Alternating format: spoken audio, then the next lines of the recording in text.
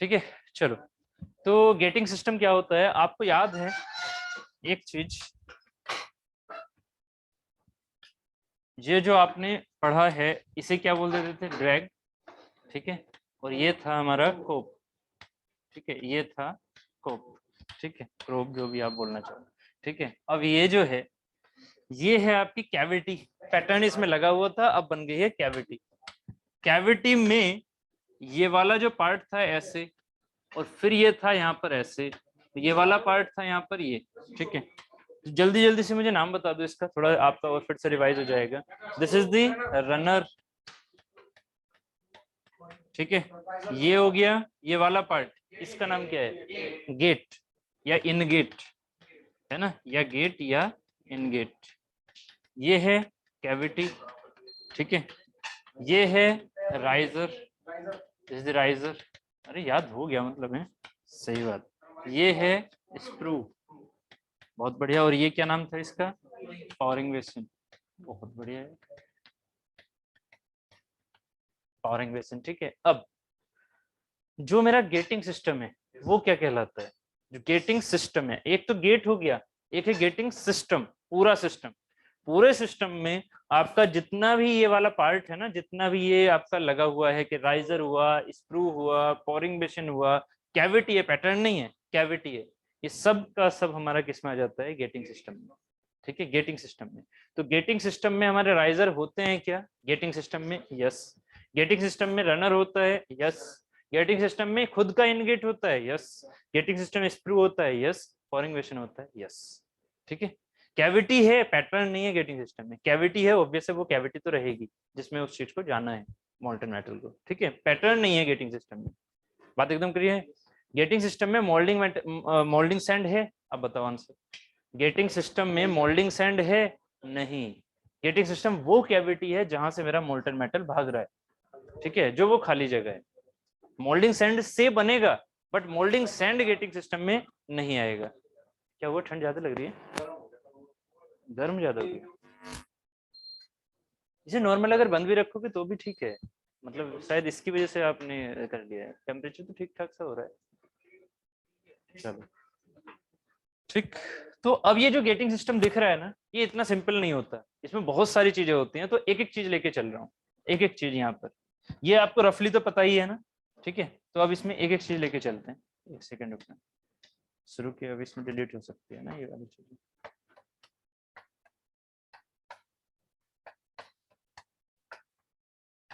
क्या चल रहा है, क्या चल रहा है, नहीं जी, अच्छा।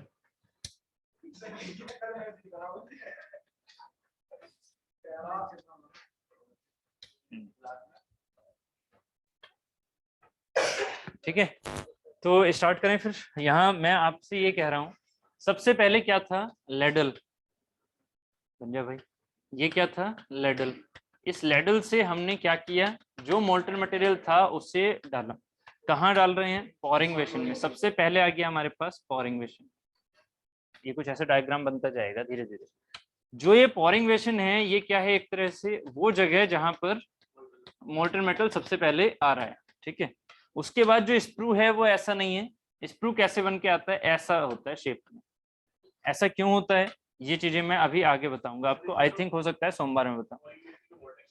ठीक है, पोरिंग बेसिन में वोर्टेक्स फ्लो, हाँ वोर्टेक्स फ्लो इस सेंस में नहीं होगा कि ये एक जगह इकट्ठा कर रहे हैं। ये कोई ऐसा नहीं है ना कि यहाँ से ये जा रहा है, सॉरी यहाँ से जा रहा है। वोर्टेक्स फ्लो का मतलब क्या होता है कि वोर्टेक्स फ्लो में फ्री वोर्टेक्स तब जाता है जब नीचे भी खुला हुआ हो।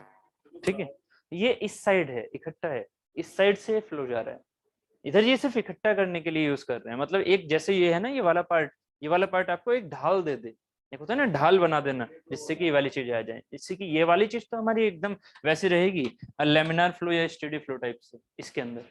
ठीक है, और इसके लिए डिजाइन भी किया जाता है हमेशा। ये चीज स्क्रू जो होता है ना, वो ऐसे नहीं बनता एकदम सिलेंड्रिकल, वो हमारा ऐसे बन के आता है। क्यों बन के आता है वो अभी समझाऊंगा। ठीक है, फिलहाल अभी इस चीज को यहाँ पर ले लेते हैं। ये हो गया screw, very good, air aspiration effect. ये जो चीज होती है ना, ये वाली, ये ऐसे बन के आई। उसके बाद क्या होता है, यहाँ लगा, हाँ उससे पहले मोल्टन मेटल जो पोरिंग बेसिन में आया, यहाँ पर क्या है, ये है यहाँ पर छलनी ऐसे लगी होती है, इसे बोलते हैं स्ट्रेनर। स्ट्रेनर, स्ट्रेनर से छन के मोल्टन मेटल आ रहा है। अगर उसमें मोल्टन मेटल में पिघलाते हुए कुछ और चीज रह गई या कुछ सॉलिड चीज ऐसी हो गई कि वो एक्स्ट्रा है तो वो छन के आ जाएगी। सबसे पहले यहाँ स्ट्रेनर लगा होता है पोरिंग बेसिन के जस्ट आगे, ठीक है। उसके बाद जब यहाँ पहुंचे, ये देखो मोल्डिंग सैंड है इस साइड, ऑब्वियस है, मैं सिर्फ गेटिंग सिस्टम पर ही फोकस कर रहा हूँ, तो मोल्डिंग सैंड से ही बनेगा ये कैविटी, है ना। तो ये जो चीज है, अब इसके बाद यहाँ क्या होता है, ये वाली चीज ये बनती है ऐसे, ये वाली चीज ये बन के आती है ऐसे ऐसे, ये वाली चीज ऐसे दिख रहा है ना कुछ, एक लीवर टाइप से, ठीक है, जैसे लीवर होता है इस तरह से ये वाली चीजें आती है। यहाँ पर क्या होता है ये ध्यान देना, यहाँ पर फिर से एक ये वाला पार्ट लगा होता है ऐसे, ठीक है। ये जो पार्ट है ये बना होता है सिरेमिक का। स्ट्रेनर भी किसका बना होता है, सिरेमिक का, जिससे कि हाई टेम्परेचर को ये झेल सके, सिरेमिक का। और ये भी क्या है, सिरेमिक का। इसे बोलते हैं हम स्प्रू वेल। क्या बोलते हैं इसे, स्प्रू वेल। स्प्रू वेल हमें क्यों देनी पड़ती है, आप खुद सोचो। कोई हाई टेम्परेचर में लिक्विड नीचे गिर रहा है और एक कैविटी से गिर रहा है जो स्प्रू है जो, ठीक है, उससे जैसे जैसे गिर रहा है उसके बाद होगा क्या कि अगर मैं उसको यहाँ पर सेम एरिया के हिसाब से ऐसे कर देता, ऐसे कर देता, तो अब जरा सोचना, यहाँ की जो मोल्डिंग सैंड है सारी की सारी मोल्डिंग सैंड टूट जाती है कि नहीं भाई। मोल्डिंग सैंड तो एक रियल चीज है ना, उसमें कोई इनफाइनाइट कैपेसिटी तो है नहीं कि वो जितना भी हाई टेम्परेचर और जितना भी वो चीज आ रही है उसको झेल जाए।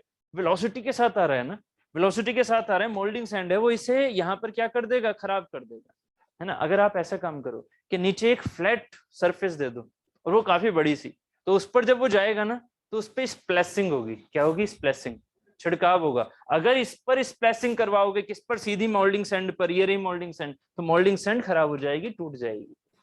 और अगर मोल्डिंग सैंड टूट गई तो मोल्डिंग सैंड टूट गई किसकी वजह से, मोल्टन मेटल से, तो मोल्टन मेटल यहाँ इकट्ठा होना शुरू हो जाएगा। ये सुनो, तो आपकी जो मोल्डिंग सैंड जिस पर हाई वेलोसिटी के साथ में वो चीज आ रही है वो हमारी क्या रहे, टूटे ना, ठीक है, टूटे ना। तो उसके ऊपर क्या लगा देते हैं, एक सिरेमिक की एक वेल टाइप से, सिरेमिक की एक पट्टी टाइप से। उस पर क्या होगा, सिरेमिक की पट्टी अगर लगा दी तो जो मोल्टन मेटल यहाँ गिर रहा है ना वो उस पर गिरेगा। जब वो उस पर गिरेगा तो मोल्डिंग सैंड मेरी क्या हो गई, बच गई।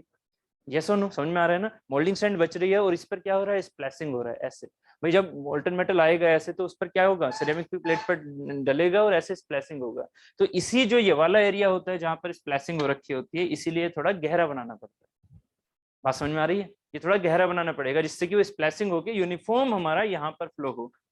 ये सुनो भाई, जो चीज इकट्ठी होगी, मतलब जैसे कि आपने कुछ नहीं डाला इसको, हाँ स्प्लैशिंग किसमें, इसमें भी होगी, बिल्कुल यही तो कह रहा हूँ कि ये चीज हमारे वेल की शेप में बनानी पड़ती है, कुएं की शेप में, है ना। अगर मैं यहाँ पर सीधा प्लेट ऐसे लगा दूं, कहाँ लगा दूं, इस जगह ऐसे, बात क्लियर है। मैंने नीचे को वेल टाइप से नहीं दिया, ये समझ में आ रहा है ना। वेल टाइप से क्या है, ये कुआं टाइप से एक तरह का।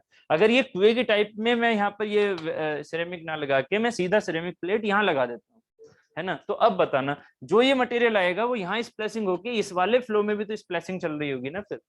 समझ में आ रहा है ना। एक पाइप के अंदर की जर्नी सोचो, तो पाइप के अंदर अगर खाली जगह और ऐसे जा रहा है और बीच में यहाँ पर आपने जैसे पाइप था वैसे ऐसे ही कर दिया, तो जो ये छिड़काव है वो यहाँ पर भी तो दिखेगा, है ना। बस वो छिड़काव हमें इस वाले रनर में नहीं जाने देना। किसमें नहीं जाने देना, रनर में जो आगे लगा हुआ है। तो जो छिड़काव है वो कहाँ होना चाहिए, वो वेल के अंदर होना चाहिए। इसे थोड़ा सा और बड़ा बना देता हूँ, शायद आप इसे बहुत छोटा समझ रहे होंगे, ठीक है। ये जो चीज है ये कैसी है, ये ऐसी है, ठीक है, अब थोड़ा क्लियर हो रहा होगा। ये जो चीज है ऐसी है, एक गड्ढा टाइप से, ठीक है, जिसे आप सोच पाते हैं, ठीक। तो ये वाली जो चीज है यहाँ पर लगा हुआ है क्या, एक सिरेमिक की प्लेट। ये स्प्रू वेल क्या है, मेरी स्प्रू वेल है ये वाली, ये जो मैं येलो कलर से दिखा रहा हूँ इसे क्या बोलेंगे हम, स्प्रू वेल। और ये लगा हुआ है यहाँ सिरेमिक की प्लेट, ये जो है ग्रीन वाली, ठीक है, स्प्लैशिंग को रोकने के लिए, मतलब इसको सॉरी मोल्डिंग सैंड को रोकने के लिए, स्प्लैशिंग। हाँ अगर वो यहाँ पर ऐसे नहीं देंगे, हम स्प्लैशिंग को यहाँ नहीं रोकेंगे, तो वो क्या हो जाएगा, वो यहाँ पर एक फ्लो जो है ना रनर के अंदर, वो हमें यूनिफॉर्म नहीं मिलने वाला, है ना। उसमें क्या होगा, टर्बुलेंस स्टार्ट हो जाएगा। अब क्या होगा, जो भी स्प्लैशिंग आएगी, ऑब्वियसली स्टार्टिंग में क्या होगा, मोल्टन मेटल जब गिर रहा होगा तो सबसे पहले इस पर टकराने के बाद वो स्प्लैशिंग करेगा, करेगा या नहीं करेगा, छिड़काव करेगा ऐसे करके। उसके बाद क्या होगा, मोल्टन मेटल आता जा रहा है आता जा रहा है, तो मोल्टन मेटल इसके ऊपर जब दूसरी बार आएगा तो यहाँ पर उसको लेयर मिल गई। तो जब लेयर मिल गई तो अब क्या होगा, एक वाइब्रेशन जो है वो एक तरह से सीज हो जाएंगे, जिस प्लेसिंग के आते हैं ना, इस पर छिड़काव होने के बाद अगर वहां पर कोई एक स्पॉन्जी लाइक स्ट्रक्चर मिल जाए उसे, तो अब क्या होगा, स्प्लैशिंग कम होगी, है ना। तो यहाँ मोल्टन मेटल आ चुका है, अब जो दूसरा मोल्टन मेटल आ रहा होगा उसे क्या होगा, उसे छिड़काव करने की जो टेंडेंसी है वो कम हो चुकी होगी, क्योंकि उसके नीचे तो पहले से मोल्टन मेटल है। क्लियर है ना। तो हमें वो साफ यहाँ पर जो फ्लो मिलेगा वो कैसा मिलेगा, इस तरफ को यूनिफॉर्म मिलेगा, है कि नहीं। ये अगर अरेंजमेंट नहीं लगाया तो एक तो मेरी बोल्डिंग स्टैंड खराब हो जाएगी, सीधा वो टूट जाएगी, और दूसरा मेरी जो स्प्लैशिंग हो रही है ना वो हमारी फिर इस रनर के अंदर दिखेगी, ठीक है, टर्बुलेंसी, है ना, उसमें मिक्स हो जाएगी। जो हमारी ये सोच रहे हैं ना स्प्लैशिंग जो छिड़काव हो रहा है, क्योंकि देखो रनर जो है ना, रनर के अंदर हमारा एकदम यूनिफॉर्म फ्लो होना चाहिए, क्योंकि गेट से जो इन गेट है ना, जो गेट है मतलब ये आ रहा है रनर और ये रहा गेट, यहाँ की जो वेलोसिटी होनी चाहिए ना वो यूनिफॉर्म होनी चाहिए। अगर यहाँ पर टर्बुलेंस आ रही है तो एक बार गेट से ज्यादा मेल्टर भाग गया, एक बार गेट से कम गया, तो आप सोच रहे हो क्या होगा, कुछ चीज तो सॉलिडिफाई हो जाएगी कैविटी के अंदर और कुछ नहीं होगी सॉलिडिफाई, है ना। तो ये काम नहीं होना चाहिए रनर के अंदर। हाँ बिल्कुल टेढ़ी मेढ़ी आ जाएगी, क्योंकि कहीं ना कहीं तो हमारी एयर गैप आ जाएगा ना उस जगह, ठीक है। तो ये वाली चीज उसमें होनी नहीं चाहिए, तो इसीलिए यहाँ जो स्प्लैशिंग हो रही है ना उसे यहीं खत्म करना होता है, ठीक है। उसके बाद ये क्या है चला, इसको हम बोलते हैं रनर। अब यहाँ से चलना शुरू हो गया रनर, ठीक है, ये यहाँ तक की कहानी खत्म। अब हो गया रनर। रनर में क्या होता है, रनर में लगा होता है यहाँ पर ऐसे करके एक स्किम वोव, इसे बोलते हैं स्किम वोव, ठीक है, स्किम वोव।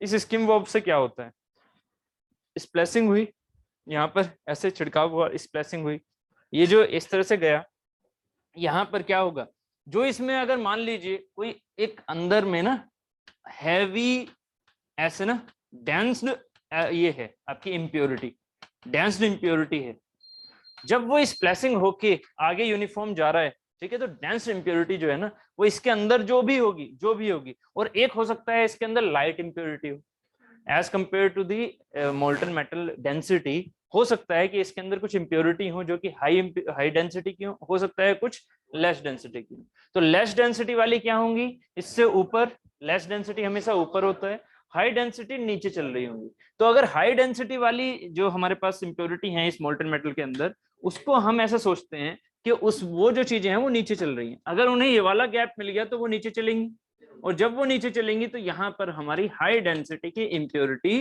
रुक जाएंगी।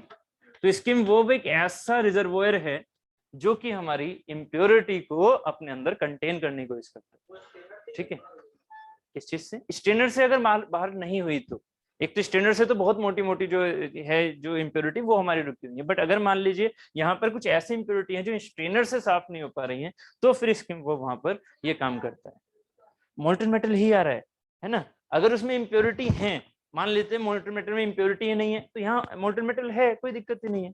अगर यहाँ इम्प्योरिटी है हाई डेंसिटी की उससे, तो वो हमेशा यहीं जाएंगी, ये सुनो, हाई डेंसिटी हमेशा नीचे चलेगा, है ना, लोअर डेंसिटी की इम्प्योरिटी है तो हमेशा वो ऊपर चलेंगी, वो यहाँ इंटरप्ट हो गई, वो यहाँ इंटरप्ट हो गई, है ना। अगर मोल्टन मेटल में इम्प्योरिटी है ही नहीं तो ठीक है, यहाँ मोल्टन मेटल है और चल रहा है आगे, है ना, थोड़ा सा तो मटेरियल गया ना मोल्टन मेटल का, बट अगर इसमें इम्प्योरिटी है तो उसके चांसेस पूरे हैं कि यहाँ हाई डेंसिटी, यहाँ लोअर डेंसिटी की इम्प्योरिटी स्टक हो गई, रुक गई, है कि नहीं, हमारा मोल्टन मेटल सीधा जा रहा है।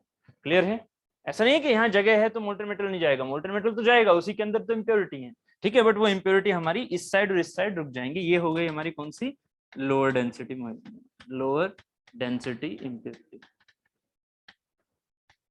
क्योंकि आप किसी चीज को भी परफेक्ट नहीं बना सकते हो, तो ये सिर्फ और सिर्फ जुगाड़बाजी होती है। हाँ, लोअर डेंसिटी वाले मटेरियल ऊपर चलेंगे ना, यही तो मैं कहना चाह रहा हूँ। आपने अगर ये फ्लो करवा रहे हो, है ना, इसमें वाटर है, वाटर के अंदर मान लीजिए चीनी अच्छे से घुली हुई नहीं है, वो एज ए इम्प्योरिटी है, तो चीनी के पार्टिकल कहाँ जाएंगे, नीचे। चीनी के पार्टिकल कहाँ भाग रहे होंगे, नीचे, समझ रहे हो, वाटर के अंदर चीनी के पार्टिकल ऐसे भाग रहे होंगे, जबकि ऑयल कहाँ भाग रहा होगा, हमेशा ऊपर भागेगा, वो अंदर थोड़ी भागेगा, बस यही सेंस है।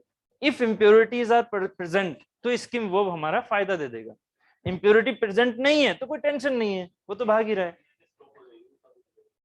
चांसेस हमारे सबसे ज्यादा इसके इकट्ठे होने के यहाँ पहुंच गए, परफेक्ट कुछ नहीं होता, ऐसा मत समझना ये कास्टिंग में परफेक्टली चला गया, परफेक्ट नहीं है। हाँ, मेजोरिटी जो है हमारी हाई डेंसिटी इंप्योरिटी है वो इस जगह जुगाड़बाजी से रुक गई, इसी को हम स्किम वर्ब बोल रहे हैं, ठीक है, इसी को। और लोअर वाली कहाँ रह गई, ऊपर रह गई, ठीक है, लोअर वाली ऊपर रह गई। क्लियर है, समझ में आ गया? स्किम वर्ब का क्या काम क्या है? स्किम वर्ब का काम है higher density and lower density के मटेरियल की जो इम्प्योरिटीज हैं इसमें, वो इस मोल्टन मेटल से हटाने की कोशिश करनी।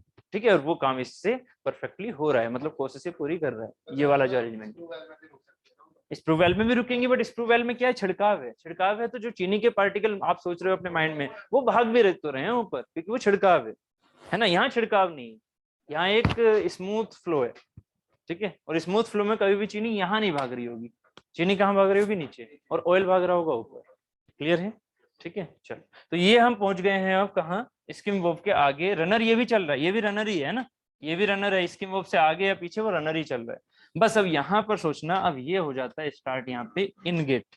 रनर से जो स्टार्टिंग यहाँ पर की, आप चाहे रनर के बाद में ऐसा एरिया दे दो, है ना, चाहे रनर के बाद में आप ऐसा एरिया दे दो, समझ रहे हो, चाहे रनर से आप ऐसा ही एरिया रखो। ये 3 फिगर बन गए, आपने अगर देख लिए होंगे तो। ठीक है, विजय जी से गायब हो गए। ठीक है, सुन लो जल्दी से। मैंने क्या बोला कि ये जो है या तो ऐसे हो जाए, है ना, या फिर ऐसे हो जाए, या फिर ऐसे हो जाए। ठीक है, ये 3 फिगर है, तीनों में से कुछ भी हो सकता है। तो इसी को हम क्या बोलते हैं? इनगेट। ये वाला जो पोर्शन होता है इसे बोलते हैं हम इनगेट। इन गेट से क्या लगा होगा हमारा? इन गेट से लगा होगा कैविटी। इन गेट से लगा होगा यहाँ पर कैविटी, यहाँ से लगा दिए कैविटी। तो मैंने कौन से वाले को लिया है? देखो एग्जांपल में ऐसे, मतलब एक्सटेंशन होने वाले को, एक्सटेंशन। तो ये दोनों मिटा दूं, ये दोनों क्या हो गए? गायब, है कि नहीं? ये वाली चीज ऐसे होगी, है ना। तो ये हमारी वेलोसिटी कम करने का अगर हमारा मन है, तो ये वाला वेलोसिटी कम हो गया, वो वेलोसिटी ज्यादा हो जाएगा अगर हमने इसको कन्वर्जिंग सेंस में लगाया। तो कन्वर्जिंग सेंस सिर्फ और सिर्फ यही नहीं होगा, मतलब थोड़ा सा वो ऐसे होता हुआ आ रहा होगा। ठीक है, डाइवर्जिंग सेंस यहाँ से ऐसे होता हुआ जा रहा होगा। ठीक है, बट इन गेट का मीनिंग ये होता है कि जहां पर हम उसकी वेलोसिटी को अपने हिसाब से चेंज करवा सकें, जैसे उसे प्रॉपर्टी चाहिए अंदर। ठीक है, तो रेगुलेट कर रहे हैं बेसिकली, है ना। तो यहाँ से जो भी हमारा मोल्टन मेटल इसमें आया, दिस इज द कैविटी। तो कैविटी भी क्या गेटिंग सिस्टम का पार्ट है? हाँ, पार्ट है। उसके बाद में ये वाला जो पार्ट है, जब ये भर गया भर गया भर गया भर गया भर गया, मान लीजिए यहाँ तक भर गया, तो उसके बाद में ये वाला जो पार्ट है, उसके बाद में लगा हुआ है यहाँ राइजर। ठीक है, इस पार्ट के आगे लगा हुआ है यहाँ राइजर, ऐसे। तो ये हो गया राइजर। ठीक, उम्मीद है ये वाला आपको सिस्टम आ गया होगा समझ में। यस, सिस्टम क्लियर है। सारी जो भी गेटिंग सिस्टम के जो पार्ट होते हैं, जो हमें नाम पता होने चाहिए, वो हमारे ये थे सब। ठीक है, बहुत बढ़िया यार, काफी जल्दी सीख गए। अरे बस आदित्य जी, रहने दो, अभी तो पढ़ने का मन ना कर रहा था। वही ना कि यार किसने बुला लिया सर को। मैं आवाज आवाज तो पहचानने लग गया हूँ भाई। तभी ना, चलो, सच बोलते रहना चाहिए भाई, जरूरी है।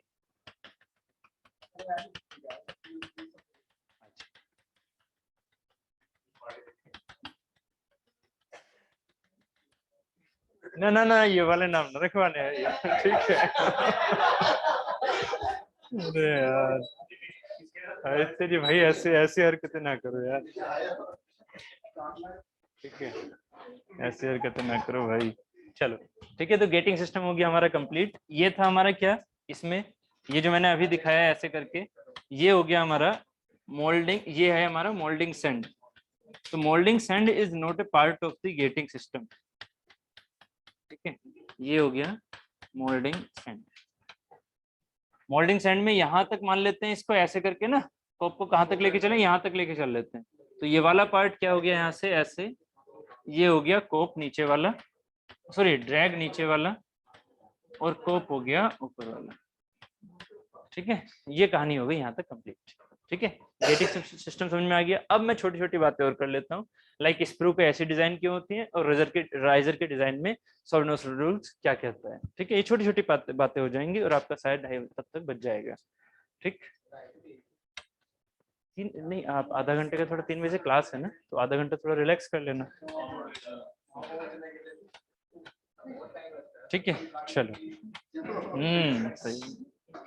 तो अब हम चलते हैं, स्प्रू हमारा क्यों यूज होता है, जो हमारा जेईई में क्वेश्चन स्प्रू से रिलेटेड बन सकता है, हम उसकी बात कर लेते हैं। जो हमारा स्प्रू से रिलेटेड जेईई में क्वेश्चन बनेगा वो क्या, देखो आप स्प्रू को ऐसे बना सकते हो पावरिंग बेसिन से आगे, यस पावरिंग बेसिन से ऐसे आगे बना सकते हो, जैसे कि आपने उसमें देखा भी था, उसमें जो स्प्रू था ना वो एकदम सिलेंड्रिकल था वीडियो में, ठीक है। बट यहाँ जो ये सिलेंड्रिकल है ना, ये हमें बनाना नहीं होता है, ठीक है, हमें टेपर्ड बनाना होता है। ऐसा क्यों, जिस टाइम पर देखो साइडों में क्या है, साइडों में कोई ऐसी वॉल नहीं है स्टील वाली, साइडों में है मोल्डिंग सैंड, मोल्डिंग सैंड, और मोल्डिंग सैंड कैसी है, पोरस, समझ रहे हो ना, मोल्डिंग सैंड है पोरस, है ना, आपको दिख रही है भले से सॉलिड वो, बट है तो पोरस ना, ठीक है। तो अगर मैं यहाँ पर एक वेलोसिटी के साथ में हाई टेम्परेचर का मोल्टन मेटल डालूंगा, तो आपको पता है किसकी वजह से आ रहा है, आपके फोर्स की वजह से, कोई फोर्स अलग से लगा रखा है, ग्रेविटी, ग्रेविटी, और अगर ग्रेविटी है तो क्या करेगा, ये वेलोसिटी को तेज करेगा 100%, ये तो रूल है कि ग्रेविटी है तो जी हमारा काम कर रहा होगा, अगर जी काम करेगा तो एक सेकंड के अंदर कितनी वेलोसिटी चेंज होगी, जी क्या होता है, अरे नहीं आदित्य जी, जी क्या होता है 9.81 मीटर पर सेकंड स्क्वायर, और उम्मीद है मैंने ईएम में समझाया भी था, 9.81 मीटर पर सेकंड को एक साथ लिखो, डिवाइडेड बाय पर सेकंड लिखो, तो एक सेकंड में हमेशा ग्रेविटेशनल एक्सेलरेशन क्या करता है, आपकी वेलोसिटी को 10 मीटर पर सेकंड के आसपास बढ़ाता है। तो इसका मतलब अगर ये एक सेकंड की बात करोगे, तो एक सेकंड में अगर यहाँ की वेलोसिटी मान लीजिए 10 है, तो यहाँ की वेलोसिटी क्या निकलेगी 20, 10 ही तो बढ़ाएगा, 9.81 ही तो बढ़ाएगा, है ना, मल्टीप्लाई कर दिया आपने, ठीक है।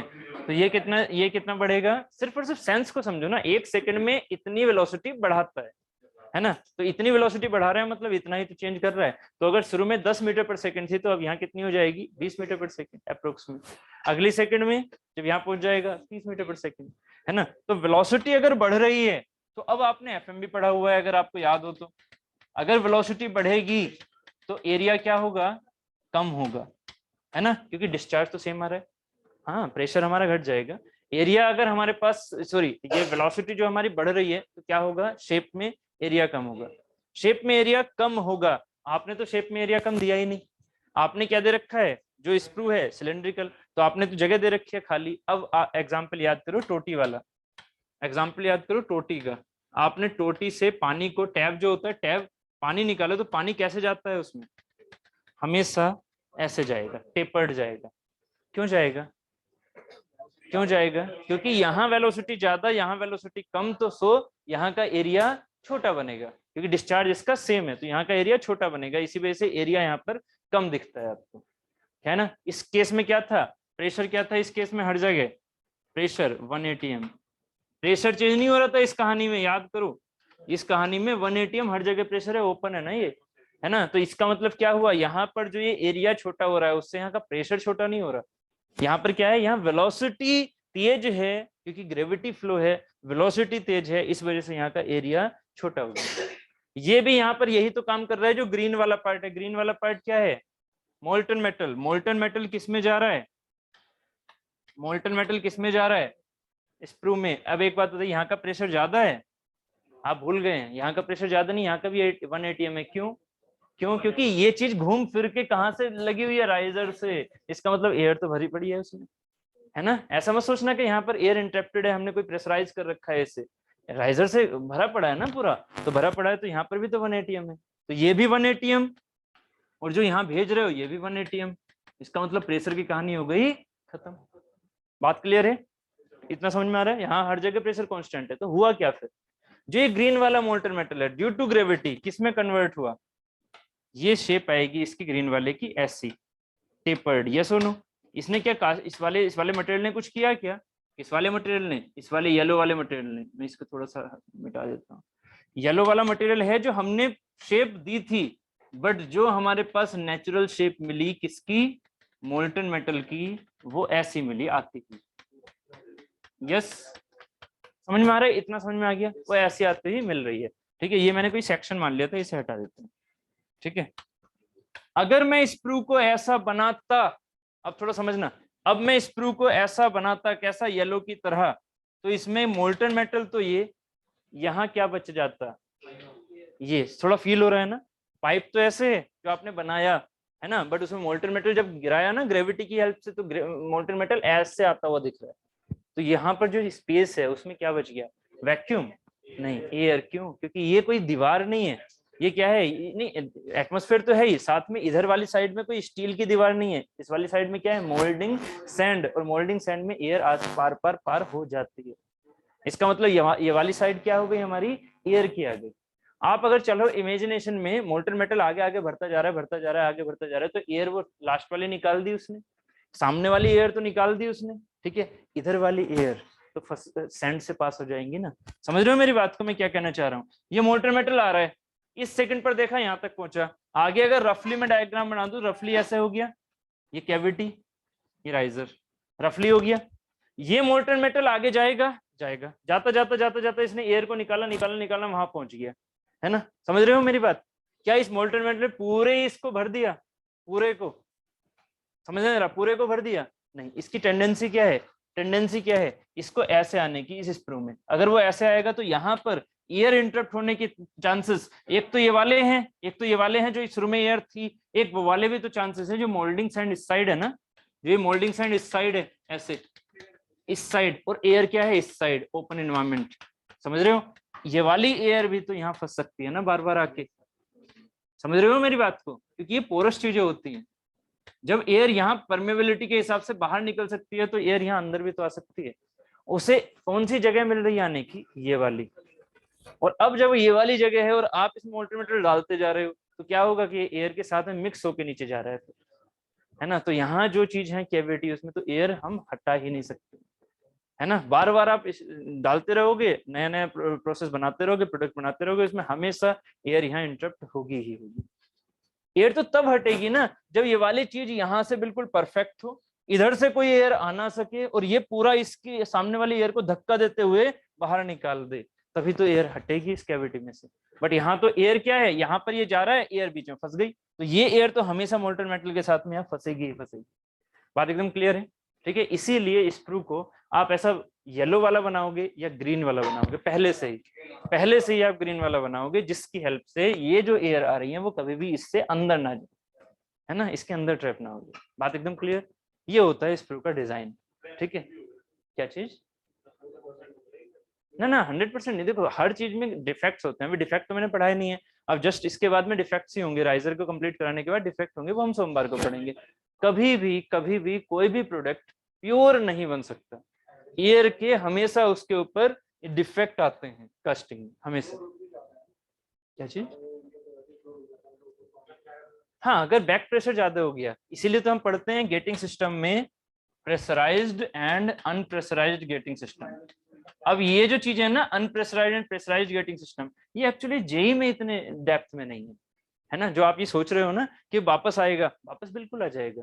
अगर आप सोचो कि यहाँ पर आपने आगे की तरफ पाथ ही नहीं दे रखा, उसे ब्लॉक कर रखा है ना, तो बैक प्रेशर बहुत ज्यादा लगेगा, बैक प्रेशर बहुत ज्यादा लगेगा, और क्या होगा, ये चीज यहीं पर फंस जाएगी, और एयर तो सब में है ही, है ना, तो ये यहीं पर फंस जाएगी, आगे ही नहीं जाएगी। तो बैक प्रेशर जितना ज्यादा होगा उतनी ज्यादा दिक्कत होगी। ये जो चीज है, ये वाली जो चीज कह रहा हूं ना मैं, इसे बोलते हैं एयर एस्पिरेशन इफेक्ट। क्या बोलते हैं, जो ये वाले काम हो रहा है कि अगर मैं इसमें स्क्रू को ऐसे बनाता येलो की तरह, तो ये बनता air aspiration. Air aspiration, aspiration क्या होता है, एस्पिरेशन आपने थोड़ा सा बायोलॉजी में पढ़ा होगा, हाँ वही ना, रेस्पिरेशन और एस्पिरेशन। रेस्पिरेशन क्या होता है, सांस लेना, एस्पिरेशन उसका उल्टा, ठीक है, हाँ, रेस्पिरेशन और एस्पिरेशन, ठीक है, ये दो चीजें उसी से रिलेट करती हैं, जो हमारा सांस लेना या सांस छोड़ना। आप जरा सोचना, एयर एस्पिरेशन इफेक्ट क्या हो रहा है यहाँ पर, मोल्टन मेटल अगर ऐसे जा रहा है, तो ये क्या हो रहा है, एयर को अपनी तरफ लेके आ रहा है, एयर को अपनी तरफ लेके आ रहा है, क्योंकि यहाँ पर क्या हो रहा है, मोल्टन मेटल ऐसे जा रहा है, तो ये वाली चीज क्या होगी, अपनी तरफ आएगी, ठीक है। तो ये क्या है, ये क्या है, ये क्या है, सांस, सांस एनवायरमेंट के हिसाब से सांस लेना, है ना, ये क्या है, सांस लेना। तो इसी चीज को हमने क्या किया है कि ये जो है एयर यहाँ फंसे ना, एयर क्या रहे दूर, तो this is the air aspiration, air aspiration effect, कि वो जो चीज है एयर जो हमारी है वो यहाँ फंसे ना, एयर क्या रहे दूर, तो ये क्या है, एयर एस्पिरेशन इफेक्ट। तो इस एयर एस्पिरेशन इफेक्ट को हमें क्या करना होता है, अवॉइड, ठीक है। तो इसीलिए हम स्क्रू कैसा बनाते हैं, ऐसा, ठीक है। नहीं, इस यहाँ से नहीं आएगी अब, है ना। अगर आपने ये फिगर बनाया तो एयर क्यों आएगी, सोचो। नहीं आएगी ना, फंस गया ना, सोच रहे हो ना। यहाँ ये वॉल है ना एक तरह से, है ना। आप वॉल के और ग्रेविटी फ्लो के बीच में जो जगह छोड़ रहे थे ना, वो नहीं छूट रही। समझ रहे आ रहे, समझ में आ रहा है। मैं जो एयर के सॉरी इसके वॉल के और जो ग्रेविटी फ्लो है उसके बीच की जो जगह थी वो नहीं छूट रही है। तो क्यों आएगा फिर एयर, ऐसे आ गया ना, बस यहाँ से यहाँ टकराया एयर, बस रह गया वहीं वहीं। तो मोल्डन सैंड के अंदर ही तो रह गया वो, मोल्डन सैंड के अंदर रह गया ना वहां पर, अगर मैं ऐसे बनाता हूँ तो। ठीक है ना, क्लियर है। चलो, सभी के माइंड में सेट हो गया ये? नहीं, हाँ बोलो। कौन सा वाला, ये वाला? नहीं, ये कुछ नहीं था, ये सिर्फ समझाना था, ये तो रफ डायग्राम है। ये वाला, ये वाला, ये पार्ट नहीं समझ में आ रहा। मैं ये देखो, मैंने आपसे बोला आशीष जी, इसमें दो चीजों की थ्योरी सोचनी है, अपने माइंड में थोड़ा सोचना है। अगर ये चीज खाली है, खाली खाली का मतलब आपने इसमें एक स्क्रू ऐसा बना दिया, कैसा बना दिया, खाली कैसा बनाया। पहले मोल्डिंग सैंड सोच रहे हो, मोल्डिंग सैंड पड़ी हुई है, उसमें से एक स्क्रू डाला, और कैसा डाला, येलो कलर का। यहाँ मोल्डिंग सैंड है ना, समझ रहे हो ना, ये मोल्डिंग सैंड है। मोल्डिंग सैंड में आपने ये खाली जगह ऐसे निकाल दी, वीडियो याद होगी आपको, ऐसे निकाल दी। ये मोल्डिंग सैंड ऐसे ऐसे निकला, मतलब येलो कलर का। तो ये खाली जगह कैसी होगी, सिलेंड्रिकल। ठीक है, अब उसमें मैं कह रहा हूं कि खाली जगह में सिर्फ और सिर्फ मोल्टन मेटल डाल दो। तो मोल्टन मेटल कैसे डलेगा, कैसे आएगा, ग्रेविटी की वजह से आएगा, या आपने प्रेशराइज कर रखा है उसे। ग्रेविटी की वजह से आ रहा है जब आप उसे डाल रहे हो बस। पहले ये इमेजिन हो भी रहा है, नहीं ऐसे हो रहा है ना। तो ये जो चीज है ऐसे जो जा रहा है, ऐसे ये स्क्रू है, उसमें जब मोल्डिंग सैंड डालोगे तो वो ऐसे होके हुए आएगा, कभी भी वो पूरा फैलता हुआ नहीं आएगा, वो ऐसे होते हुए आएगा। क्यों, क्योंकि उसकी वेलोसिटी बढ़ चुकी है, और जब वेलोसिटी बढ़ती है सेम डिस्चार्ज के लिए उसका एरिया छोटा हो जाता है। जब उसका एरिया छोटा होगा तो वो यहाँ पर क्या होगा, ऐसे आएगा। ये वो मोल्टन मेटल है जो रियल में आ रहा है, और ये वो चीज है जो आपने बना दी थी खाली जगह। तो जब मोल्टन मेटल यहाँ आ रहा है और ये खाली जगह थी इतनी, तो कौन सी चीज गैप बच गया, देखो इन दोनों के बीच में गैप बच गया। ये मोल्डिंग सैंड है ना, यहाँ पर ये मोल्डिंग सैंड है, और मोल्टन मेटल के बीच में गैप बच गया। अगर ये गैप बच गया तो यहाँ तो एयर भाग के आ जाएगी, इधर से भी तो खाली है ना। ये जो चीजें हैं ये क्या है, ये मोल्डिंग सैंड, और मोल्डिंग सैंड कभी भी परफेक्ट पैक्ड नहीं होता, उसमें पोरोसिटी होती है। तो एयर एनवायरमेंट की आ जाएगी घूमती घामती, है ना। छोटे छोटे छेद है ना इसमें, मोल्डिंग सैंड है ना, ये छोटे छोटे छेद है। एयर कैसे आएगी, ऐसे पास होती हुई, ऐसे पास होती हुई यहाँ पर आ जाएगी, है ना। जैसे वो यहाँ पर आ गई, कि जो पुरानी वाली एयर है जो यहाँ पर रह गई थी, ठीक है, वो क्या करेगी, वो इंटरप्ट हो गई यहाँ पर। जब ये मोल्डिंग सैंड आगे चलता जा रहा है, मोल्डिंग सैंड आगे चलता जा रहा है, यहाँ पर एयर इंटरप्ट हो गई। वो एयर अगले वाले मोल्डिंग सैंड जो और हम डाल रहे हैं उसके साथ साथ कैसे आएगी, आगे की तरफ, तो वो कैविटी में फंस जाएगी। कैविटी में फंस जाएगी तो आपका जो प्रोडक्ट है वो बिल्कुल डिफेक्टिव बनेगा। ठीक है, तो ये एयर एस्पिरेशन आपको करना नहीं होता है। आपको क्या करना होता है, आपको मोल्डिंग सैंड ही, मोल्डिंग सैंड में जो स्क्रू बनाना होता है वो ऐसा ही ग्रीन कलर वाला बनाना होता है। येलो कलर वाला बनाओगे तो एयर हमेशा फंसेगी। अगर आप मोल्डिंग सैंड ही ऐसा बना दोगे, मोल्डिंग सैंड ही अगर आपने ऐसा बना दिया, ऐसा, समझ रहे हो, आपने खाली जगह ही ऐसी बना रखी है, यहाँ पर पूरे में मोल्डिंग सैंड है, ऐसे खाली जगह ही आपने कैसी बना रखी है, ऐसी खाली जगह ही आपने ग्रीन कलर वाली बना रखी है। तो मोल्टन मेटल जब आएगा तो वो ग्रीन कलर में तो आएगा, है ना। तो यहाँ पर कभी भी एयर आएगी नहीं। ठीक है, ये सेंस होता है। ठीक है, किसी के है तो नहीं, ये तो पता लगा तुरंत भागना पड़ रहा है। नहीं है, अच्छा नहीं है ना, ठीक है। और फिर हाँ, संडे को मंडे को मिलेगी, फिर शायद हो सकता है कल छुट्टी है उनकी। ठीक है, ज्यादा टिप्पणी नहीं, आपकी वेलोसिटी की एनालिसिस है, पूरी एनालिसिस है उसकी।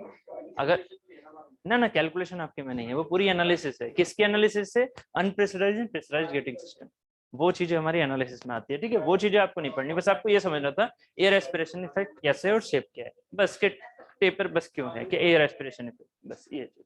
ठीक है, क्लियर है, इतना समझ में आ गया।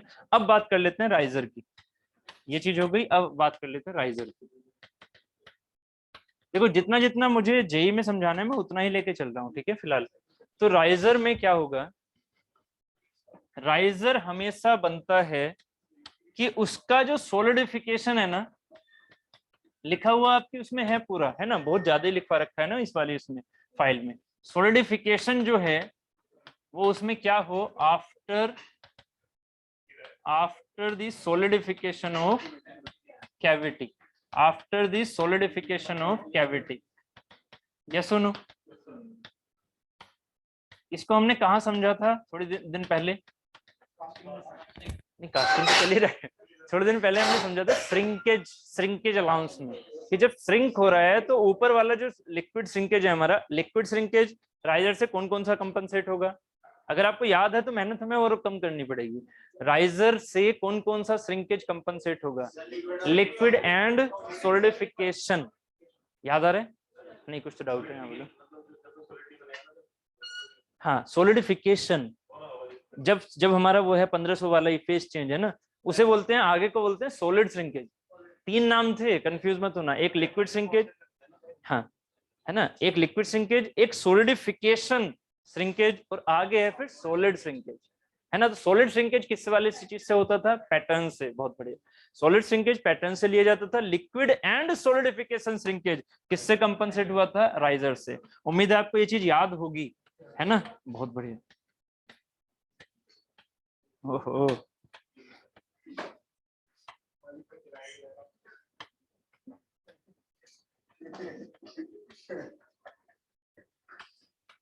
हमेशा आपका माइंड जो चलना चाहिए ना, हमेशा इसके सॉलिडिफिकेशन के लिए, जब इसमें लिक्विड है, तो ये भी लिक्विड सॉलिडिफाई होता, लिक्विड का टेम्परेचर कम होता जा रहा है, कम होता जा रहा है, ये क्या करेगा? श्रिंक करेगा। तो इधर ये लिक्विड है, ये वापस आएगा, इसको इतना भरेगा। ये किसने किया? राइजर ने। अब ये लिक्विड किसमें कन्वर्ट हो गया? 1500 डिग्री सेंटीग्रेड, मतलब एग्जैक्टली वहां पर जहां पर उसका फेस चेंज होगा। जैसे ये सॉलिडिफाई हो रहा है, अब ये फेस चेंज हो रहा है, टेम्परेचर कम नहीं हो रहा, रूम टेम्परेचर फाइनली आना है, फेस चेंज हो रहा है 1500 पर ही, तो क्या होगा? 1500 सिर्फ एग्जाम्पल है, याद रखना हमेशा। 1500 पर तो क्या होगा? ये अपने आप में लिक्विड से सॉलिड में जब कन्वर्ट हो रहा है तो इसमें फिर से श्रिंक आएगा। तो ये जो श्रिंक आएगा ये भी किससे कवर होना चाहिए? राइजर के लिक्विड से, राइजर के लिक्विड से। और जब ये श्रिंक हो गया तो अब 1500 से नीचे टेम्परेचर जाना शुरू हुआ, जबकि ये भी लिक्विड तो 1500 वाला ही है ना, है ना। तो इसका मतलब क्या होगा कि अब यहाँ पर ये खुद में भी सॉलिडिफाई हो चुका है। जब वो सॉलिडिफाई हो जाएगा तो अब जो इसका सॉलिड श्रिंकेज है, सॉलिड श्रिंकेज मतलब जो 1500 से लेके, और ये कहाँ आ रहा है? 25 पर आ रहा है। तो 1500 से 25 पर जो इसका सॉलिड श्रिंकेज है वो ये वाला नहीं कर सकता कवर। क्यों? क्योंकि ये खुद भी सॉलिडिफाई हो चुका है 1500 पर। क्लियर है ना, मटेरियल तो वही है ना, तो 1500 पर वो सॉलिडिफाई हो चुका है। तो ये जो सॉलिड श्रिंकेज है वो हमने पढ़ा था पैटर्न में, ठीक है। तो यहाँ जो राइजर ने किया वो ये वाली चीज की। तो बस इसी चीज को क्या कहा गया, अब ये कॉम्प्लिकेसी के अंदर आपको जाना नहीं है, आपको देखो बहुत सिंपल तरीके से सोचना है। क्या कि मैंने आपसे कहा कि इसका जो सॉलिडिफिकेशन है वो इसके बाद होना चाहिए। सॉलिडिफिकेशन मतलब जब ये सॉलिडिफाई हो रहा है 1500 पर, सॉलिडिफिकेशन में गलती मत कर देना, 1500 पर ही जब इसकी फेस चेंज हो रही है ना, तो ये जो है ना, इसका टाइम जो है वो ज्यादा होना चाहिए सॉलिडिफिकेशन का। सॉलिड करने का नहीं, सॉलिड तो हो चुका है, मतलब समझ रहे हो ना मेरी बात को, मैं क्या बोल रहा हूँ। एक है सॉलिडिफिकेशन वर्ड और एक है सॉलिड वर्ड, है ना। सॉलिडिफिकेशन का मतलब क्या होता है? मैं उसी टेम्परेचर की फेस चेंज की बात कर रहा हूँ।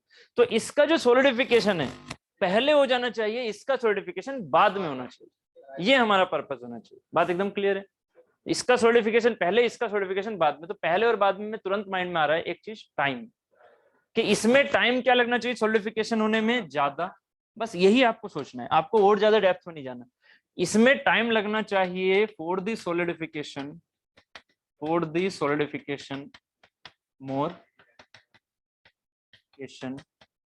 ये तो बिल्कुल ही खराब हो गया, सॉलिडिफिकेशन मोर,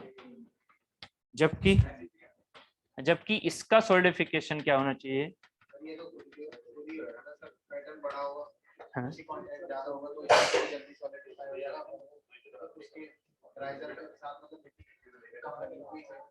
नहीं ऐसा नहीं है एक्चुअली। देखो ये वाली जो चीज है ना, ये लेंथ कम नहीं है, ये लेंथ कम नहीं है।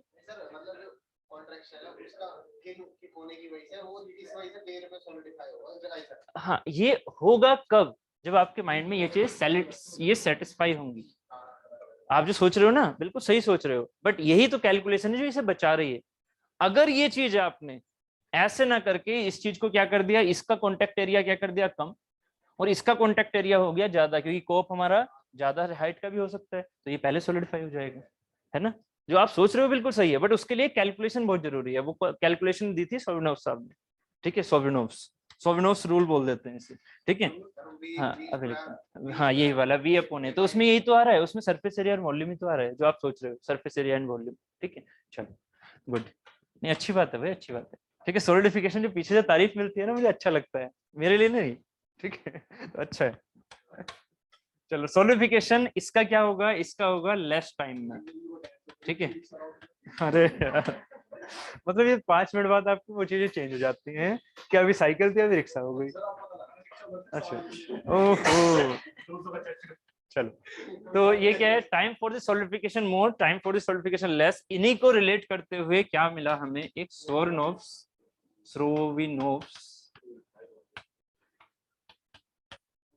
Strovinov rule. स्पेलिंग देख लेना उसमें ना, मैं हमेशा स्पेलिंग भूल जाता हूँ क्योंकि इसका जो प्रोनाउंसिएशन है बड़ा ये अजीब होता है, सोविनोव्स रूल, ठीक है। तो एक बार देख लो इसकी स्पेलिंग, ठीक है, स्पेलिंग सही से लिख लेना, ठीक है। अभी जो ये है ना, इसमें क्या होता है, इसमें होता है time of the solidification, time of the solidification, समझ रहे हो, टाइम ऑफ द सॉलिडिफिकेशन।